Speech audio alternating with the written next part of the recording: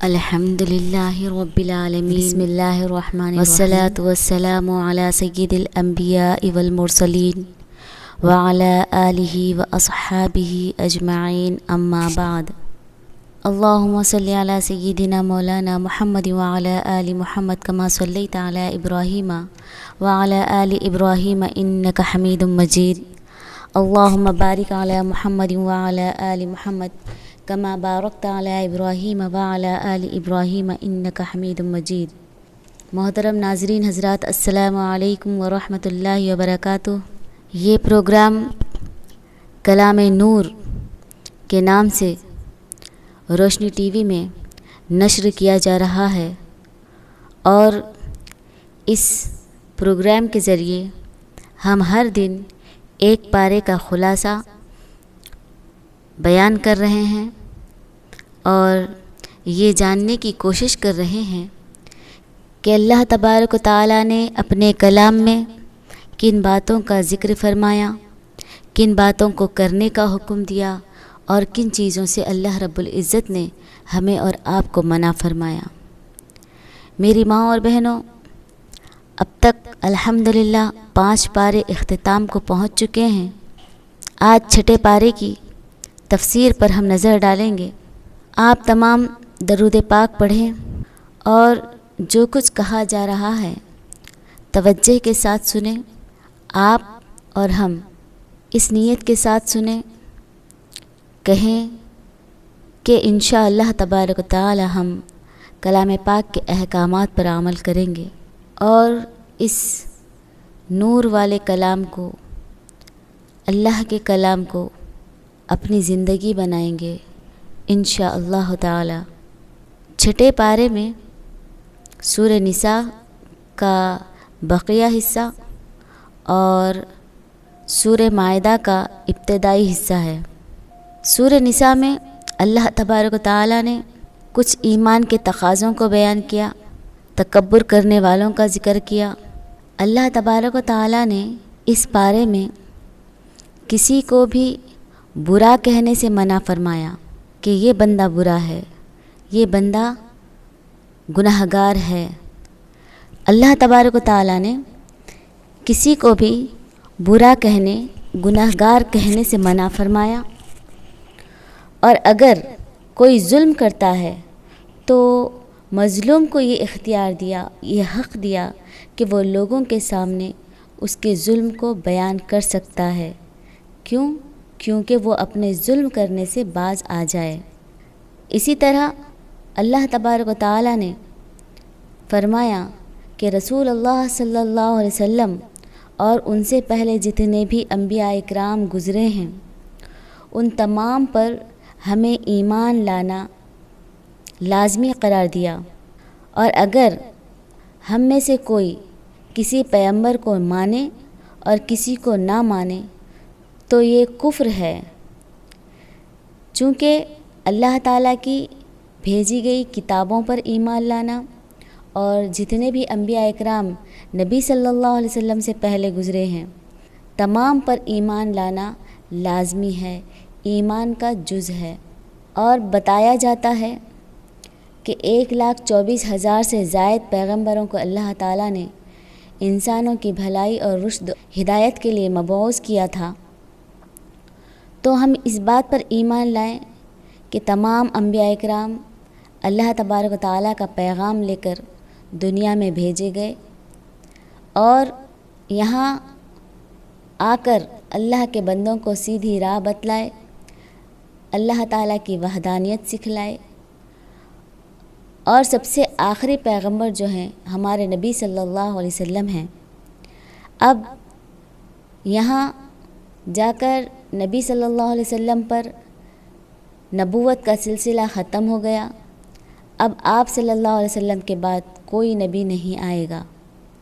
تو ہمیں یہ ایمان رکھنا ہے کہ اللہ تبارک و تعالیٰ نے نبی صلی اللہ علیہ وسلم سے پہلے کئی انبیاء اکرام کو مبعوث فرمایا تھا۔ اللہ تبارک و تعالیٰ اس آیت کے ذریعے فرماتے ہیں کہ دیکھیے، اللہ تبارک و تعالیٰ ارشاد فرماتے ہیں کہ جو لوگ کفر اور ایمان کے درمیان میں کوئی اور ایک راہ نکالنے کا ارادہ کرتے ہیں، اللہ رب العزت انہیں ذلیل اور خوار کر دیں گے۔ اور اللہ تبارک و تعالیٰ نے اور اس بارے میں پیارے نبی صلی اللہ علیہ وسلم سے یہودیوں نے جو مطالبہ کیا تھا کہ ہماری طرف آسمان ہی سے تحریر نازل کیوں نہیں ہوتی، تو اللہ تعالیٰ کی طرف سے آپ صلی اللہ علیہ وسلم کو یقین دہانی کروائی گئی۔ آپ سے پہلے بھی جو امتیں گزری ہیں انہوں نے آپ سے بڑے بڑے مطالبات کیے۔ انہوں نے تو یہاں تک کہہ دیا تھا کہ جب تک ہم اللہ کو آنکھوں سے نہیں دیکھ لیتے ایمان نہیں لائیں گے۔ تو یہ لوگ جو بیجا سوالات کر رہے ہیں یہ تمام کی تمام سرکشی کی وجہ سے ہے، اور پچھلی امتوں پر بھی اسی سرکشی کی وجہ سے عذاب نازل کیا گیا تھا۔ اور حضرت عیسیٰ علیہ السلام کو قتل کرنے کی کوشش کی گئی، مگر اللہ تعالیٰ نے حضرت عیسیٰ علیہ السلام کی حفاظت فرمائی، اور حضرت مریم علیہ السلام پر بہتان عظیم باندھنے کا ذکر کیا، اور یہودیوں کا سود کو حلال کرنا اور حرام کاموں کو جائز قرار دینے کا ذکر فرمایا۔ پارہ 6 سورہ نساء آیت نمبر 148 سے شروع ہو کر سورہ مائدہ کی آیت نمبر 81 پر ختم ہوتا ہے۔ اس میں اللہ تبارک و تعالیٰ نے الگ الگ معاشرتی اور قانونی احکامات کا ذکر کیا، اہل کتاب کے رویے اور اسلامی اصول اور عدل و انصاف اور حلال و حرام کے ضابطے اور قانونوں کو بیان کیا۔ سورہ نساء آیت نمبر 148 سے 176 تک اللہ تبارک و تعالیٰ نے عدل اور انصاف، منافقین کے کردار اور یہودیوں کی سازش، عقائد اور وراثتوں کے اصول کو بیان کیا۔ ظلم کے خلاف بددعا کی اجازت دی۔ اللہ تعالیٰ کے خلاف بددعا کی اجازت دیتا ہے۔ اللہ تبارک و تعالیٰ ظالم کے خلاف بددعا کی اجازت دیتے ہیں، مگر معاف کر دینے کو بہتر قرار دیے افضل قرار دیتے ہیں۔ آیت نمبر 150 سے 152 تک جو لوگ اللہ اور اس کے رسول اور اس کی کتابوں کے درمیان فرق کرتے ہیں وہ حقیقی کافر ہیں، اللہ تبارک و تعالیٰ نے ارشاد فرمایا۔ اسی طرح آیت نمبر 153 سے لے کر 162 تک اللہ تعالیٰ نے یہودیوں کے تاریخی جرائم اور ان کی تحریفات کو بیان کیا، حضرت عیسیٰ علیہ السلام کی حقیقت کو بیان کیا کہ اللہ رب العزت نے عیسیٰ علیہ السلام کو کس طرح سے پیدا فرمایا تھا، اور اللہ تبارک و تعالیٰ نے سورہ نساء کی آیت نمبر 163 سے لے کر 171 میں یہ بتایا کہ عیسیٰ علیہ السلام اللہ کے بیٹے نہیں ہیں بلکہ وہ کلمۃ اللہ ہیں، اللہ کا کلام ہیں۔ سورہ نساء آیت نمبر 176 میں اللہ تعالیٰ نے کلالہ یعنی جس کا کوئی بیٹا نہ ہو اس کی وراثت کے قانونوں کو بیان کیا۔ اب ابتدا ہوتی ہے سورہ مائدہ کی، اور اللہ تبارک و تعالیٰ نے ارشاد فرمایا کہ کوئی قوم ایسی نہیں گزری جس پر اللہ تبارک و تعالیٰ نے انبیاء اکرام کو مبعوث نہ کیا ہو، اور فرمایا کہ رسول سچ اور حق بات لے کر آئے، اور جو کوئی پیغمبر دنیا میں بھیجے گئے وہ اللہ تعالیٰ سے خوف دلانے کے لیے آئے، اللہ تعالیٰ کا تعارف کروانے کے لیے آئے، بتانے کے لیے آئے کہ اگر آپ اللہ کی رضا میں اپنی زندگی گزارتے ہیں تو آپ کے لیے خوشخبری ہے، اور اگر آپ اللہ کو ناراض کر کے زندگی گزارتے ہیں تو پھر اللہ تعالیٰ کا عذاب آپ کے لیے تیار کیا جا رہا ہے۔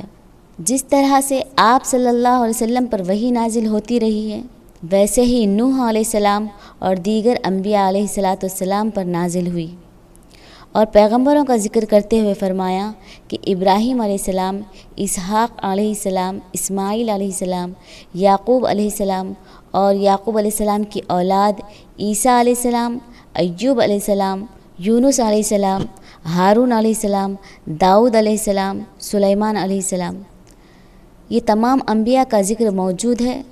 آخر میں اللہ تعالیٰ نے نبی صلی اللہ علیہ وسلم کو تسلی دی اور فرمایا کہ دیکھیں جو نہیں مانتا نہ مانے، جو کچھ آپ پر نازل کیا گیا ہے اللہ تعالیٰ نے اپنے علم سے نازل کیا ہے، اور اس پر فرشتے بھی گواہ ہیں، اور اللہ ہی کا گواہ ہونا کافی ہے۔ اور اللہ تبارک و تعالیٰ نے فرمایا کہ ایمان لائیں گے، اہل کتاب میں سے بھی ایمان لائیں گے مگر کچھ لوگ۔ یہ لوگ حضرت عیسیٰ علیہ السلام کے بارے میں غلو کا شکار ہو کر عقیدہ تثلیث کے حامل ہو گئے۔ اہل کتاب سے مخاطب ہو کر کہا گیا، حضرت عیسیٰ کو اصل مقام سے نہ بڑھاؤ اور نہ کہو کہ خدا کے تین ہیں۔ فرمایا کہ حضرت عیسیٰ علیہ السلام کو اصل مقام سے مت بڑھاؤ اور یہ مت کہو کہ خدا تین ہیں، وہ ان تمام چیزوں سے بالا تر ہے۔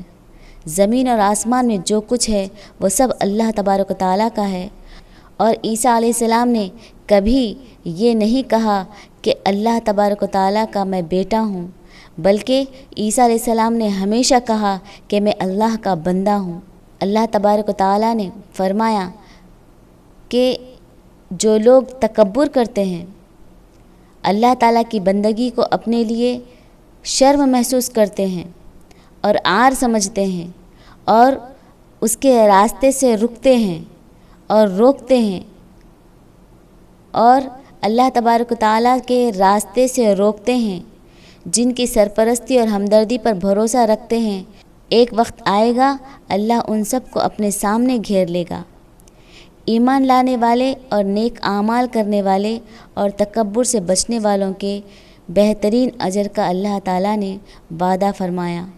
اور سورہ نساء کے آخر میں جیسا کہ ہم نے ابھی بیان کیا کہ کلالہ یعنی ایسا آدمی جس کا نہ کوئی اوپر ہو نہ نیچے، نہ ماں نہ باپ نہ اولاد، اگر اس کا انتقال ہو جائے تو پھر اس کی وراثت کے مال کو کس طرح سے تقسیم کیا جائے گا، اللہ تعالیٰ نے اس کے احکامات بیان فرمائے۔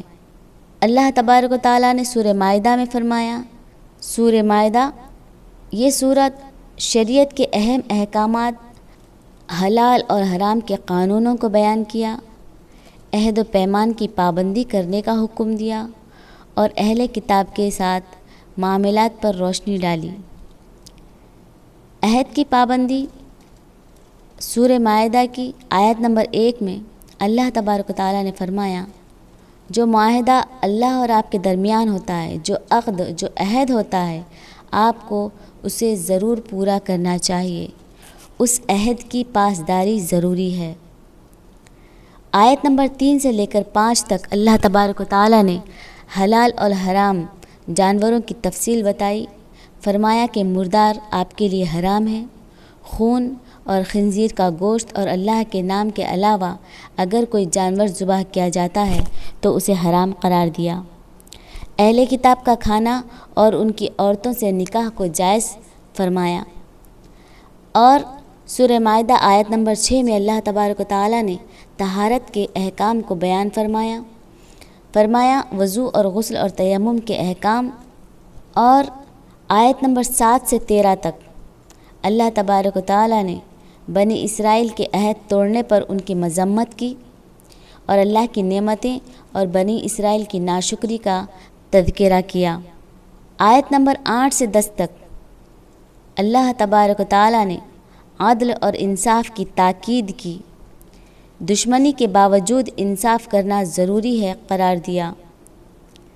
آیت نمبر 12 سے 13 اللہ تبارک و تعالیٰ نے نماز اور زکوٰۃ کی تاکید کی، اہل ایمان کو نماز اور زکوٰۃ کا حکم دیا گیا۔ سورہ مائدہ آیت نمبر 17 سے لے کر 18 تک حضرت عیسیٰ علیہ السلام کو خدا کا بیٹا کہنے کی تردید کی۔ فرمایا کہ یہود اور نصارہ کے عقائد بہت غلط ہیں کہ یہ لوگ کہتے ہیں کہ خدا تین ہیں، تثلیث کے قائل ہو گئے، جبکہ حضرت عیسیٰ علیہ السلام نے کبھی اس بات کو کہنے میں عار نہیں کی کہ وہ اللہ کے بندے ہیں۔ اور آیت نمبر 90 سے لے کر 91 میں اللہ تبارک و تعالیٰ نے شراب، جوا، بتوں اور قرآن اندازی کی ممانعت کو بیان کیا۔ فرمایا یہ چیزیں ناپاک اور شیطانی عمل ہے۔ آیت نمبر 97 سے 100 تک اللہ تبارک و تعالیٰ نے حج کے احکام کو بیان کیا، کعبے کی تعظیم، احرام، شکار کی ممانعت اور دیگر احکام کو بیان فرمایا۔ آیت نمبر 51 سے لے کر 57 تک اللہ تبارک و تعالیٰ نے دوستی کے اصولوں کا ذکر کیا، یہود اور نصارہ کو دوست نہ بنانے کی ہدایت دی۔ معزز ماؤں اور بہنوں، اس پارے میں اللہ تبارک و تعالیٰ نے ظلم کے خلاف بددعا کی اجازت دی، مگر معافی کو افضل قرار دیا۔ عدل اور انصاف ہر حال میں لازم ہے، ہمیں اس بات کو بتلایا۔ اللہ تعالیٰ نے اس پارے میں نماز، زکوٰۃ اور اللہ کی راہ میں خرچ کرنے کا حکم دیا۔ حرام حلال کے اصول بیان کیے، یعنی بتایا کہ مردار حرام ہے، خون حرام ہے، خنزیر کا گوشت حرام ہے، اسی طرح غیر اللہ کے نام کا ذبیحہ بھی حرام قرار دیا۔ اللہ تبارک و تعالیٰ نے وضو کرنے، غسل کرنے اور تیمم کے شرعی احکام نازل فرمائے۔ اہل کتاب کے کھانے اور ان کی پاک دامن عورتوں سے نکاح کرنے کی اجازت دی۔ شراب، جوا، بت پرستی اور فال نکالنے کی ممانعت بتائی، اور اللہ تبارک و تعالیٰ نے حج اور حرم کی حرمت کے احکامات کو نازل فرمایا۔ اور میری پیاری ماں اور بہنوں، ہمیں اس بارے میں کن چیزوں سے منع کیا گیا؟ اللہ تبارک و تعالیٰ اور اس کے رسولوں میں تفریق کرنا، یعنی کہ اللہ کو ماننا اور رسولوں کا انکار کرنا۔ ہم نے آپ کو ابتدا ہی میں بتلایا کہ اللہ کے پیغمبروں پر ایمان لانا لازمی ہے، یہ ہمارے ایمان کا حصہ ہے۔ اسی طرح اللہ تعالیٰ سے کیے گئے عہد و پیمان کو توڑنا اللہ تبارک و تعالیٰ نے منع فرمایا۔ شراب، جوا، بت پرستی اور قرآن اندازی کو اللہ تعالیٰ نے شیطانی عمل قرار دیا۔ فرمایا کہ یہود اور نصارہ سے بلا وجہ قلبی دوستی نہیں کرنا ہے، اور اللہ تعالیٰ کے نازل کردہ احکام کو نہ ماننا اور ناپاک چیزوں کو حلال سمجھنا، ناحق قتل کرنا اور ظلم اور زیادتی کرنے کو عظیم ترین گناہ قرار دیا۔ ایک سرسری سی نظر اس پارے کے مسائل پر ڈالتے ہیں کہ اللہ تبارک و تعالیٰ نے طہارت کے مسائل بیان کیے۔ وضو کے فرائض 4 ہیں: چہرہ دھونا، ہاتھ دھونا، مسح کرنا اور پاؤں دھونا۔ اگر ان اعضاء کو دھونے میں بال برابر بھی جگہ سوکھی رہ جائے تو وضو نہیں ہوگا۔ اور غسل فرض ہونے کی صورتیں بیان کی کہ بیوی شوہر کا ہم آغوش ہونا، حیض اور نفاس کے بعد، احتلام کے بعد غسل فرض ہو جاتا ہے۔ اور اگر پانی نہ ملنے کی صورت میں یا پانی کا نقصان پہنچانے کی صورت میں اللہ تبارک و تعالیٰ نے تیمم کرنے کی اجازت دی۔ اسی طرح مردار خون، خنزیر اور غیر اللہ کے نام پر ذبح کیے گئے جانوروں کو حرام قرار دیا گیا۔ اہل کتاب کا ذبیحہ اور ان کی عورتوں سے نکاح کو جائز قرار دیا گیا، اور احرام میں شکار کرنے کو حرام قرار دیا۔ عبادت کے مسائل بیان کرتے ہوئے اللہ تبارک و تعالیٰ نے نماز کے لیے طہارت شرط رکھی، اور روزے کی حالت میں حرام چیزوں سے پرہیز کرنا ضروری قرار دیا۔ معاملات کے مسائل میں اللہ تبارک و تعالیٰ نے معاہدے اور وعدے پورے کرنے کو لازمی بتایا۔ ناپ تول میں کمی حرام ہے، اور ناپ تول میں کمی کرنا اللہ رب العزت نے حرام بتایا۔ میری ماؤں اور بہنوں، پارے 6 میں بنیادی طور پر عدل اور انصاف، عہد و پیمان کی پابندی، حلال اور حرام کے اصول، طہارت کے احکام اور یہود و نصارہ کی گمراہیوں کا بیان ہے۔ اسی طرح مسائل ہیں کہ وضو، غسل، حلال اور حرام کھانے، نکاح اور عبادات کے کئی اہم مسائل بھی اس پارے میں مذکور ہیں۔ اللہ تبارک و تعالی ہم تمام کو ان احکامات پر عمل کرنے کی توفیق نصیب فرمائیں۔ اللہ تبارک و تعالی ہم تمام کی زندگیوں میں دین کو شامل فرمائیں۔ آمین ثم آمین، وما علینا الا البلاغ۔ السلام علیکم ورحمۃ اللہ وبرکاتہ۔